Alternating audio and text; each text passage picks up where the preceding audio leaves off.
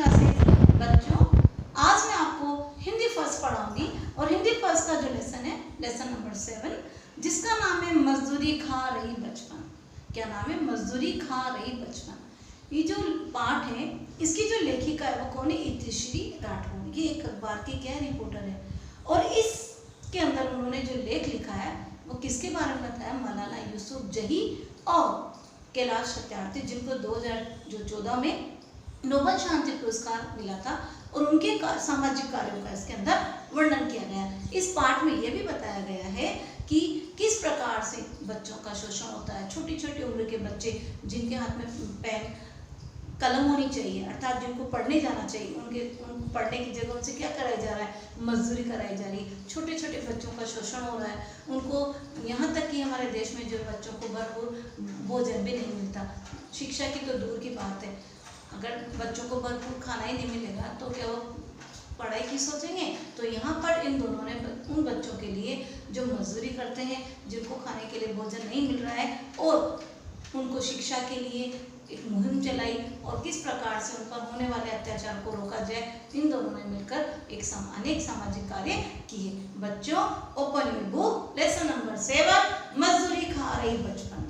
सबसे पहले हम पाठ परिचय पढ़ेंगे। देखो, लेखिका परिचय।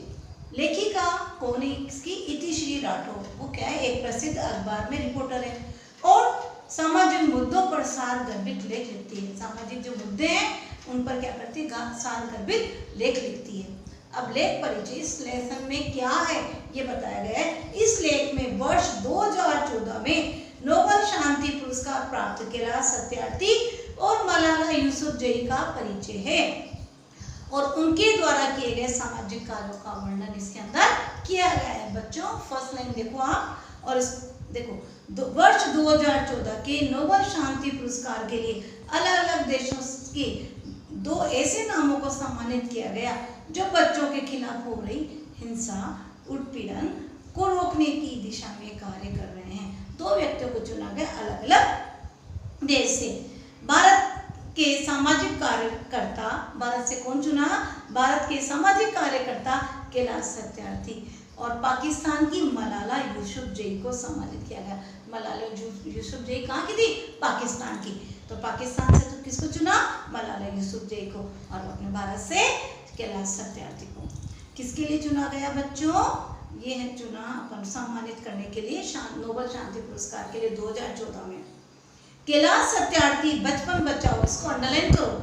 अब इन दोनों नामों को अंडरलाइन करना कि नोबेल शांति पुरस्कार के लिए 2 लोगों को, 2 अलग अलग देशों के लोगों को सम्मानित किया गया। उनके नाम कैलाश सत्यार्थी और मलाला यूसुफजई, इसको अंडरलाइन कर लेना।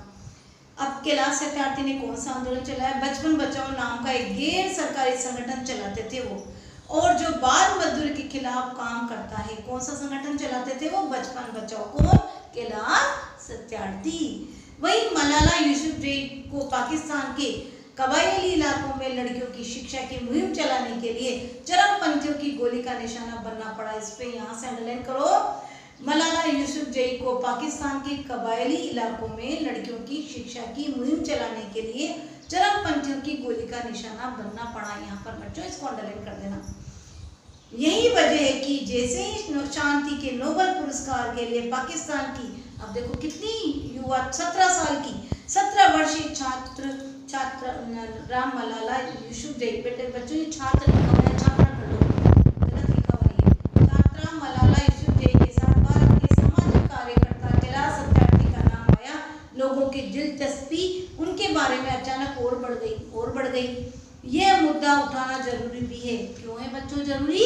क्योंकि जिस देश के भविष्य की हैसियत कूड़ेदान में पड़े किसी कचरे की तरह हो, उस देश का वर्तमान चमचमाती इमारतें बनवाकर कैसे सुधारा जा सकता है। मतलब कहने का मतलब है, देखो बच्चे क्या है? हमारे देश का भविष्य, क्योंकि जो बच्चे आगे जाके युवा होंगे और पढ़ लिख के क्या करेंगे? अपने देश का नाम रोशन करेंगे।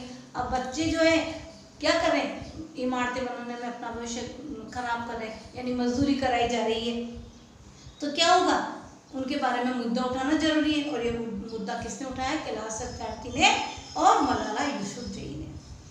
इस तरह उस देश का वर्तमान चमचमाती इमारतें बनाकर कैसे सुधारा जा सकता है? मतलब उनसे मजदूरी कराकर देश का भविष्य थोड़ी सुधारा जा सकता है।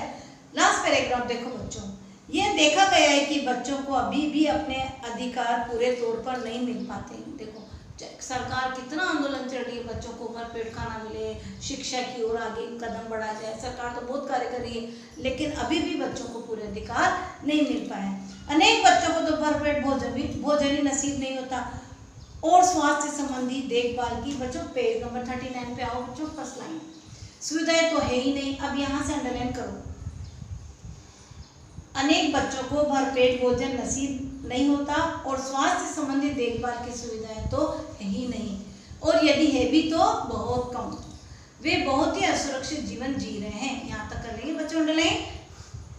भूख और कुपोषण के शिकार इन बच्चों का जीवन असमय ही मृत्यु का शिकार हो जाता है। अब बच्चों देखो, बहुत से बच्चे होते हैं, क्या होते हैं, कुपोषित होते हैं। कुपोषित मतलब को भरपूर खाना नहीं मिल रहा, पोषण नहीं मिल रहा, तो क्या करते हैं, बाल्यावस्था में बच्चे क्या होते हैं, मर जाते हैं। प्राय शेषावस्था अथवा बाल्यावस्था में वे काल कवलित हो जाते हैं, यानी काल कवलित का मतलब है मृत्यु को प्राप्त हो जाते हैं।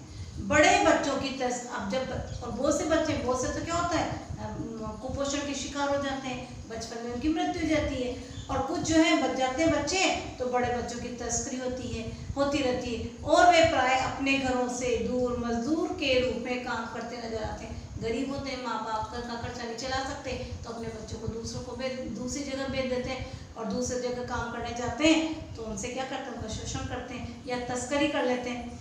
यह एक अविवादित तथ्य है कि कार्य पर जाने के रास्ते में और यहाँ तक कि कार्यस्थल पर भी बच्चों का शोषण होता है। कितनी बड़ी बात है कि जो बच्चे जहाँ पर काम करते हैं वहाँ पर उनका शोषण हो रहा है, और काम के जो व्यक्ति को काम देता है वो भी उनका शोषण कर रहा है। यानी कि कहने का मतलब है कि उनसे मजदूरी तो बहुत कराई जाती है, लेकिन वेतन पूरा नहीं मिलता। और दूसरा जो मालिक है वो बच्चों को शारीरिक शोषण करता है, उनको मारपीट करता है। यहाँ तक कि वे बच्चे जो अपने समाज के बीच रहकर काम पर जाते हैं, वे भी क्रूर बाजारी ताकतों के शिकार बनकर रह जाते हैं। बाल विवाह, अब देखो इसके अलावा और भी जो समस्या हमारे देश में बाल विवाह है, बच्चों की तस्करी और लड़कियों के साथ भेदभाव प्रमुख चुनौतियां आज भी बनी हुई। आज हमारा देश इतनी तरक्की कर रहा है, लेकिन फिर भी जो बाल विवाह हो रहे हैं, बच्चों की तस्करी की जा रही है